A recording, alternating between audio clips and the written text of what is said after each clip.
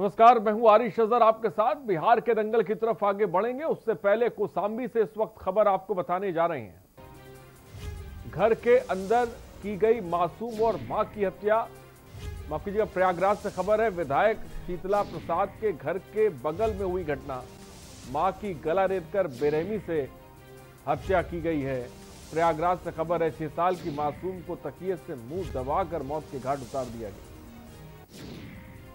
शहर से पति वापस लौटा तब हुई घटना की जानकारी। घटना के वक्त घर में मां और बेटी अकेले थी। सैनी कोतवाली इलाके के सिराथू कस्बे की घटना इस वक्त आपको बता रहे हैं। घटना की जानकारी मिलने पर विधायक मौके पर पहुंचे हैं। खबर इस वक्त प्रयागराज से बता रहे हैं। घर के अंदर मासूम और मां की हत्या कर दी गई है। विधायक शीतला प्रसाद के घर के बगल में इस वारदात को अंजाम दिया गया। मां की गला रेतकर बेरहमी से हत्या की गई है। 6 साल की मासूम को तकिए से मुंह दबाकर मारा गया। प्रयागराज से खबर आपको बता रहे हैं। शहर से पति वापस लौटा तब घटना की जानकारी हो पाई है। घटना के वक्त घर में मां और बेटी अकेले थी।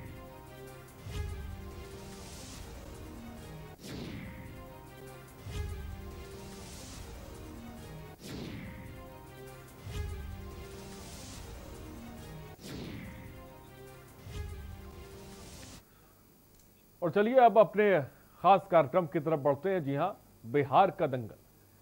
17वीं बिहार विधानसभा का संग्राम दिलचस्प पहेली बन रहा है। इस पहेली को बुझाना सबके लिए आसान नहीं है, बहुत मुश्किल है। इस बार लड़ाई आमने सामने की बजाय असली महाभारत की तर्ज पर लड़ी जा रही है। इसमें छल, प्रपंच, मोहरे, बिसात सब कुछ है। बिहार के चुनावी दंगल में एक रिपोर्ट देखिए।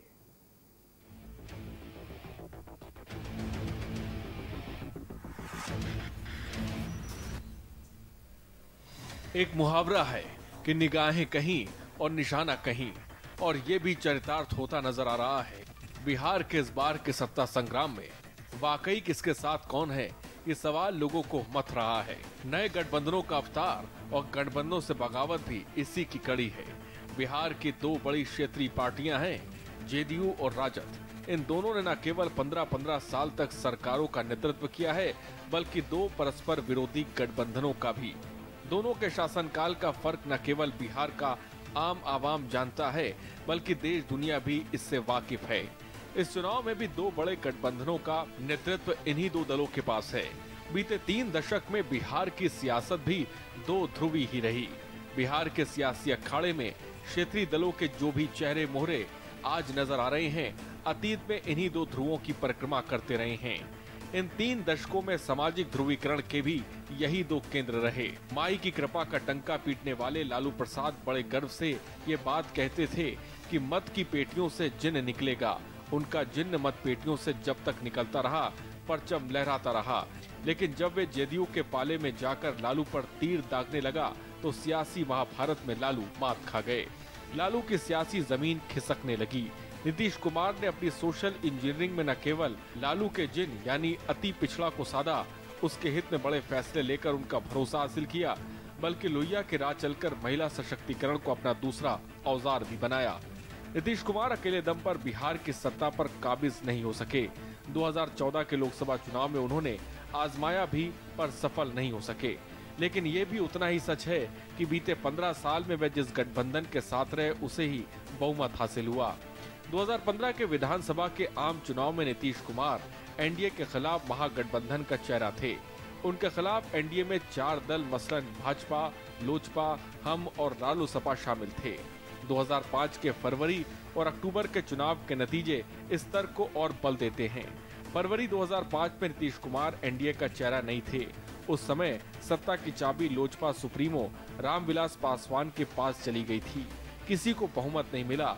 लेकिन अक्टूबर 2005 में एनडीए ने नीतीश कुमार को मुख्यमंत्री उम्मीदवार घोषित किया, तो उसे बिहार की सत्ता हासिल हुई। स्पेशल डेस्क के न्यूज इंडिया।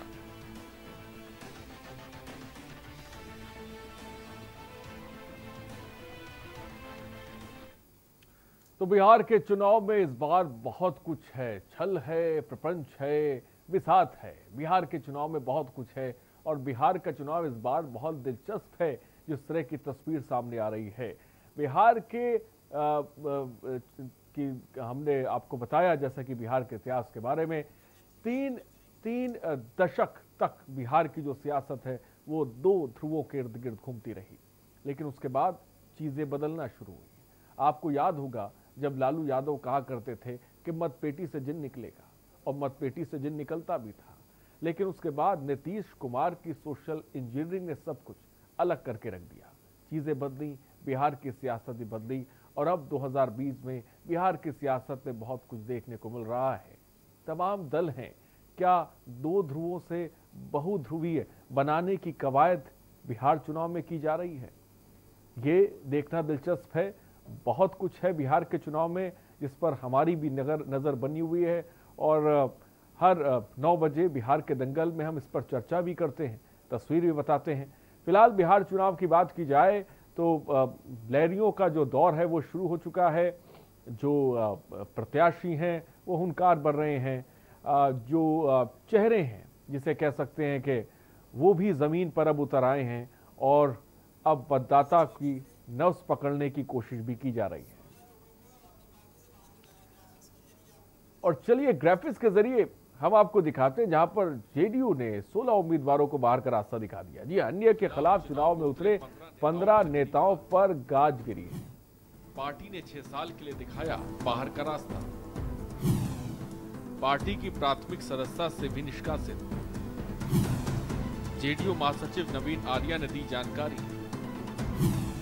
वर्तमान विधायक ददन यादव, पूर्व मंत्री रामेश्वर पासवान बाहर। भगवान सिंह कुशवाहा, डॉक्टर रणविजय सिंह भी निष्कासित।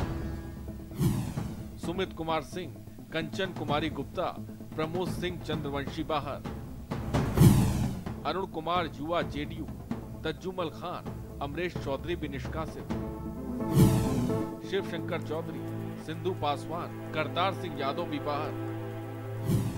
राकेश रंजन, मुंगेरी पासवान भी निष्कासितों में शामिल। नामों को जेडीयू से अलविदा कह दिया गया है और इस बीच बिहार दंगल पे हमारे साथ इस वक्त वरिष्ठ पत्रकार मुकेश जी इस वक्त हमारे साथ जुड़ रहे हैं। मुकेश जी, सबसे पहले बहुत बहुत स्वागत है आपका। धन्यवाद। मुकेश जी, बिहार की सियासत पे आज हम बात ध्रुवीकरण की राजनीति पे कर रहे हैं। बिहार की सियासत में 3 दशकों में हमने देखा कि 2 ध्रुवों के इर्द गिर्द ही बिहार की सियासत घूमती नजर आई, लेकिन इस बार 2020 का चुनाव बहुत कुछ लेकर आया। क्या बहुध्रुवी बनाने की कवायद इस बार चल रही है? कैसा क्या लगता है आपको? देखिए, जिस तरीके से राजनीति में ध्रुवीकरण लगातार होता रहा है, आपको याद होगा कि धर्म निश्चित रूप से ध्रुवीकरण का एक कारण रहा है। इससे कहीं भी आप डिनाई नहीं कर सकते। वोट की अगर राजनीति की बात करें तो वोट की राजनीति में यदि जाति पहला चूंकि आधार माना जाता है तो धर्म उससे बड़ा आधार माना जाता है।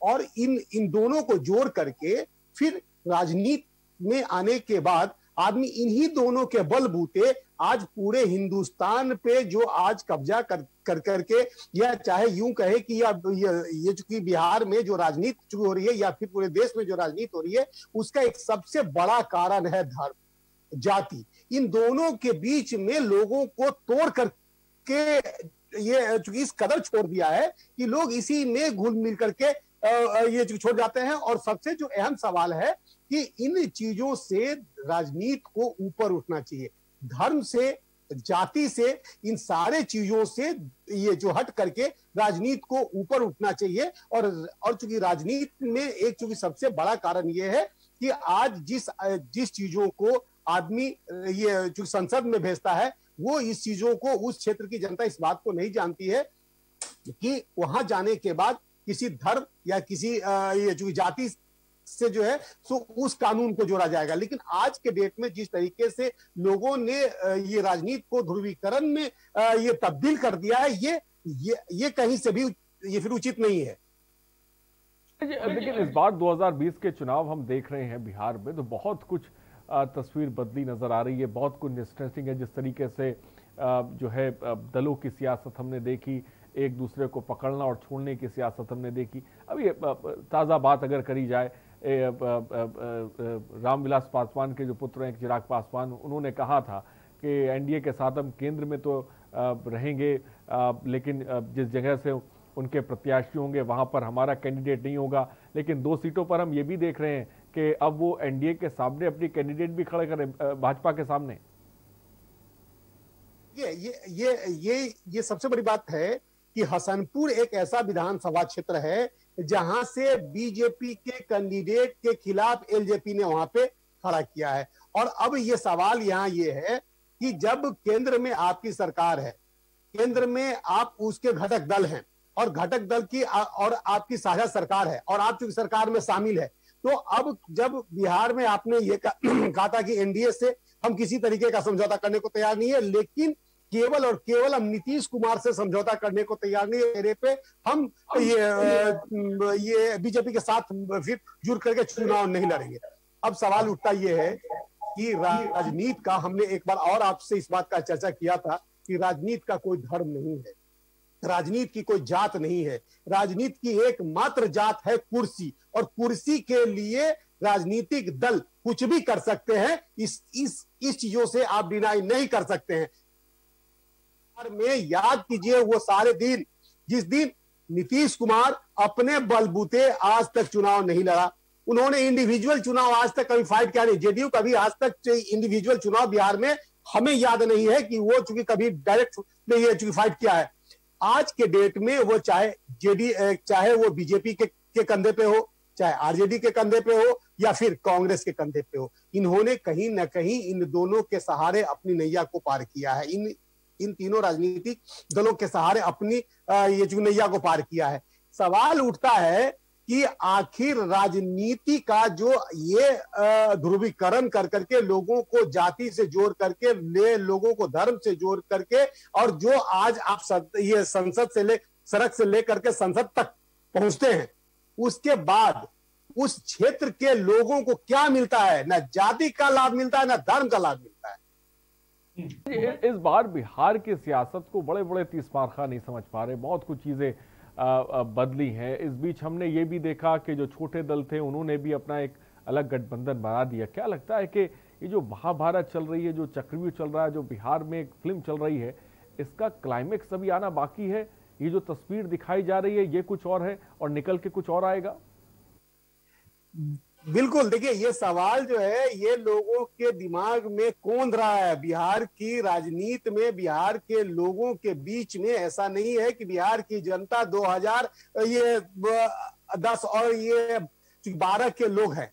ये अब जो है बिहार की जनता जो है वो काफी ये पढ़े लिखे हैं और अब इनको समझदारी हो गई है। जो गांव देहातों में पहले वो समझदारी नहीं थी, अब लोगों को ये समझ होने लगा है कि हम अपना जो है बहुमूल्य वोट किन्हें दे रहे हैं। और अब वो सिस्टम नहीं है जो सिस्टम लोग समझ रहे थे कि 2010 में हम किसी तरीके से लोगों को मूर्ख बना करके और अपना काम निकाल लेंगे। इस बार का चुनाव उस तरीके का नहीं है। बिहार की जनता इस बात को बर्दाश्त नहीं कर रही है और इसका यही वजह है कि आज लोगों को, चाहे वो एनडीए के लोग हों, चाहे एलजेपी के लोग हों, चाहे वो महागठबंधन के हों, वो अपना सिंबल लौटा रहे हैं। क्यों लौटा रहे हैं? क्योंकि उनके क्षेत्र में उनके लेकर के काफी विरोध है। उनको ये लग रहा है कि हम चुनाव नहीं जीत पाएंगे। ये और यही वजह है कि आज जो है क्षेत्र में उन्हें जाने के बाद लोगों के विरोध का सामना करना पड़ रहा है। यानी कि मुकेश जी, आपका कहना है 2015 और 2020 के चुनाव में बहुत फर्क है, मतदाता का मिजाज बदला है। ये चुनाव आपका कहना है कि मुद्दों पर हो रहा है, लेकिन हम ये भी देख रहे हैं कि तमाम पार्टियां मतदाता को जाति खांचे में फिट करने में भी लगी हुई हैं। मैं मानता हूं कि बिहार में कई मुद्दे हैं, तो सबसे बड़ा मुद्दा बेरोजगारी है, लेकिन क्या आपको लग रहा है इस बार का चुनाव मुद्दों पे हो रहा है, या इस बार का चुनाव, क्योंकि जो तस्वीर बन के आ रही वो तो बिल्कुल इससे अलग है?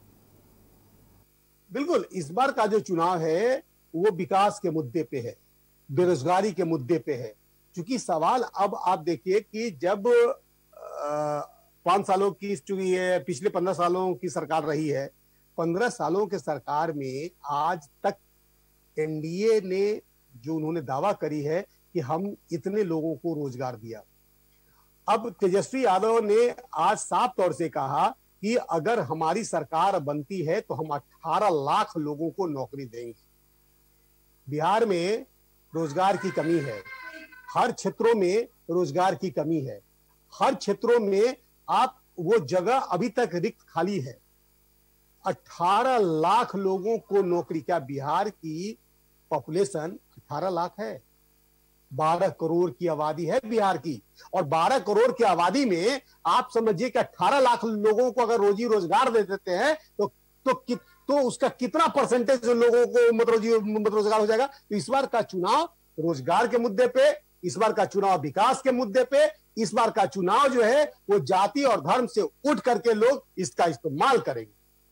बार का चुनाव अलग है, मुद्दों पर है। मुकेश जी साफ तौर पे ये बात कह रहे हैं, लेकिन इस बीच हम महाभारत की बात भी कर रहे हैं और जिस तरीके से छल प्रपंच और मोहरों की जो बिसात है वो बिछ रही है उसके बारे में भी हम बात कर रहे हैं। और फिलहाल मुकेश जी मैं आपके पास आऊँगा, फिलहाल ब्रेक का वक्त हो चला है, रुकते हैं छोटे से ब्रेक के लिए, जल्द हाजिर होंगे।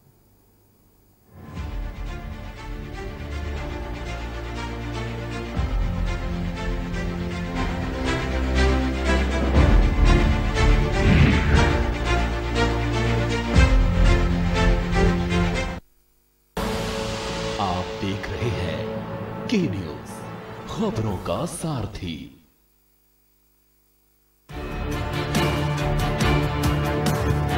The Navy gives me confidence. The Navy gives me courage. The Navy gives me a career. The Navy gives you more. Indian Navy, an ocean of opportunities. IPL पान मसाला, इसमें है शिमोगा की मशहूर सुपारी, केरल के बागों से इलायची, सोलन के जंगलों से उत्पादित शुद्ध कत्था, असली फूलों की खुशबू और प्योर चंदन के तेल से निर्मित 0% निकोटीन, 0% टोबैको युक्त IPL पान मसाला।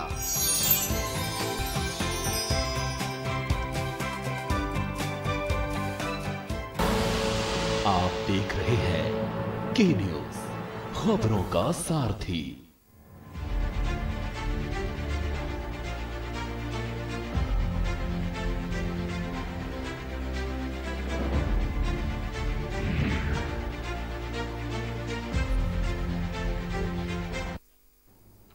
तो ब्रेक के बाद आपका स्वागत है। बिहार के दंगल में मुकेश जी वरिष्ठ पत्रकार भी इस वक्त हमारे साथ बने हुए। मुकेश जी, हमने देखा बिहार चुनाव में जिस तरह से सीट शेयरिंग को लेकर बड़ी जद्दोजहद देखने को मिली, ज़्यादा से ज़्यादा सीटें सबको चाहिए थी, आखिरकार उस तस्वीर साफ हुई।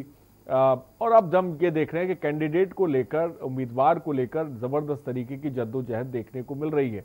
अब हाईटेक दौर आ गया है, तमाम पार्टियाँ सर्वे भी करा रही हैं, कौन मजबूत है ये भी पता लगा रही हैं, लेकिन इस बार इतनी जद्दोजहद, क्या कहेंगे इसको लेकर? देखिए, इस बार से जो महत्वपूर्ण ये है कि टिकट के दौर में सारे लोग थे।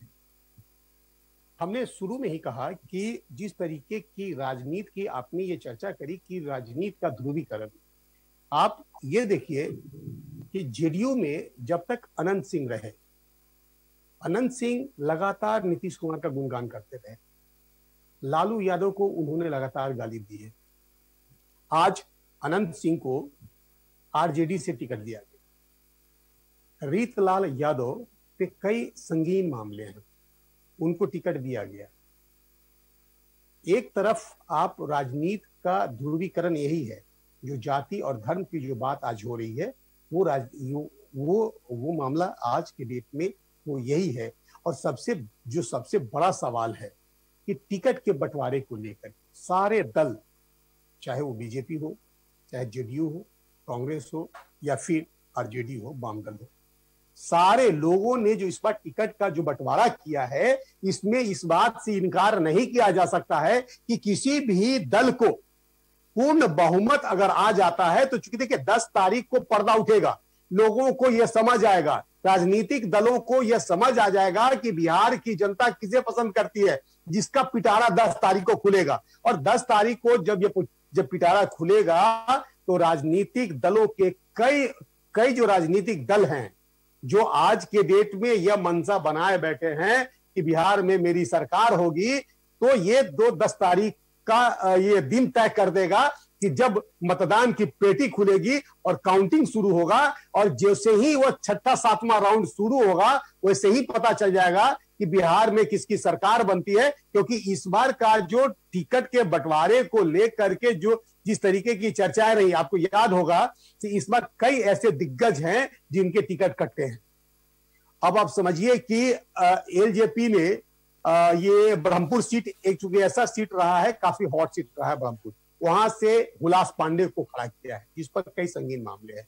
आप इस बात को समझिए कि जो लोगों को अपराधीकरण का जो मामला है, आज राजनीति में ध्रुवीकरण हो, अपराधीकरण हो, कई इस तरीके के मामले, तो लोगों को यह समझना पड़ेगा। और इस बार का वोट लोग उस मुद्दे पे नहीं दे रहे हैं कि बाहुबली है तो हम आपको वोट दे देंगे। इस बार का वोट केवल और केवल विकास के मुद्दे पे है। इस बार का वोट केवल और केवल रोजी रोजगार के मुद्दे पे है। जो खड़े किए गए हैं वो तो हम देख रहे हैं कि बहुत बड़ी तादाद में महागठबंधन या एनडीए की हो, आपराधिक छवि वाले लोग भी उसमें हैं। उसमें हम ये भी देख रहे हैं कि करोड़पति लोग भी हैं। तो ये भी देखने को मिल रहा है, जो टिकट बंटवारा जहां तक देखने को मिल रहा है उसमें कई ऐसे लोग हैं जिन पर कई संगीन धाराओं में जो है केस दर्ज हैं, उसके बाद भी उन्हें जो है उम्मीदवार बनाया गया है। बिल्कुल, देखिए सवाल उठता है कि जब आप नॉमिनेशन फाइल करते हैं, उसमें जब आप डेटा देते हैं, जब उसमें आप सारी जानकारियां देती हैं, तो अपराधीकरण का जानकारी तो होती ही होगी ना भाई। आखिर क्यों नहीं उसकी जांच होती है? आखिर उसी समय चूंकि आप ये जो है, जब ये चुनाव की प्रक्रिया के दौरान चुनाव आयोग इन चीजों पर भी उनकी नजर होनी चाहिए कि कौन व्यक्ति कितना बड़ा जो अपराधी है। आप एक क्लर्कियल की बहाली करते हैं तो उसमें सीधा लिखते हैं कि भैया आप इंटर पास होना चाहिए, आप ग्रेजुएशन पास होना चाहिए। और यहाँ पे जब करते हैं तो जितना बड़ा आप ये क्रिमिनल है, उससे आप जिस पार्टी में जाएं, जिस पार्टी में चाहें, आपको टिकट मिल जाएगा। क्यों? सवाल उठता ये है कि पार्टी को भी इस बात को समझना होगा, इन सब चीजों को देखना होगा कि इनकी छवि क्षेत्रों में क्या है। क्योंकि लोग इनको अपने डर से पसंद कर रहे हैं कि लोग इनको ये जो क्षेत्र में इन्होंने विकास किया है उसे लोग जो पसंद कर रहा है। ये सबसे बड़ी बात है कि लोगों को यह समझना होगा कि ये इनका जो व्यक्तित्व है वो विकास को लेकर के है या फिर चूंकि अपराधीकरण को लेकर। खबर ये भी है, जेडीयू से जो है 15 उम्मीदवारों को अलविदा कह दिया गया है, जिनके नाम भी लगातार हम टीवी स्क्रीन पर दिखा रहे हैं। सुमता कुमार सिंह है, कंचन कुमारी गुप्ता है, प्रमोद चंद्रवंशी को जो है 6 साल से के लिए पार्टी से निष्कासित कर दिया गया है। अमरीश चौधरी भी निष्कासित कर दिए गए हैं। इतने बड़े पैमाने पर जेडीयू से बाहर का रास्ता भी दिखा दिया गया। देखिए, इस बार यही हमने चूंकि आपको कहा भी, पहले भी कहा कि इस बार की जो चुनाव है, आप समझिए कि आखिर 15-20 लोगों को टिकट काटा जेडीयू ने। क्यों काटा? वो चूंकि टिकट के होड़ में कई लोग थे, इस बार नए चेहरों को उतारा है। चूंकि जेडीयू इस बात को समझ रहा है कि 5 साल तक जो लोग अपने क्षेत्र में नहीं गए, जाहिर सी बात है कि उनका ये जो विरोध होगा वो काफी होगा, और चूंकि बड़े पैमाने पर होगा। और यही वजह रहा कि लोग सिंबल भी लौटा रहे हैं। क्यों लौटा रहे हैं भैया? आप चूंकि जब आप काफी ये मेहनत कर करके आप चूंकि वो अपने नेता तक पहुंच करके और टिकट की डिमांड करते हैं, और आप सीटिंग कैंडिडेट हैं, आप वहां के वर्तमान विधायक हैं, उसके बावजूद भी आपको वहां से हटा करके और जेडीयू नए चेहरे को डाला। वो इसलिए डाला कि सारे भौगोलिक स्थितियों को जेडीयू ने खंगाला, और खंगालने के बाद लोगों का मंतव्य लिया, अपने जो उसके ये जो कार्यकर्ता है, कार्यकर्ताओं का उन्होंने मीटिंग किया था। और नीतीश कुमार बहुत सुलझे हुए ये जो राजनीतिज्ञ हैं, वो उनको इस बात की जानकारी है कि ये लोग ये क्षेत्रों में नहीं गए हैं, जीवन भर 5 साल पटना में बिता दिए हैं, दिल्ली में उन्होंने ये बिता दिया है, और यही कारण है कि लोग इनका विरोध कर रहे हैं। ये चूंकि उस क्षेत्र से इस सीट को नहीं निकाल पाएंगे और नेता को भी इस बात की जानकारी है कि हमें उस क्षेत्र की जनता जो है सो नहीं पसंद कर रही है और कि यही वजह है कि लोग हमें विरोध कर रहे हैं और चूंकि अपना सिंबल वो पार्टी को लौटा रहे हैं।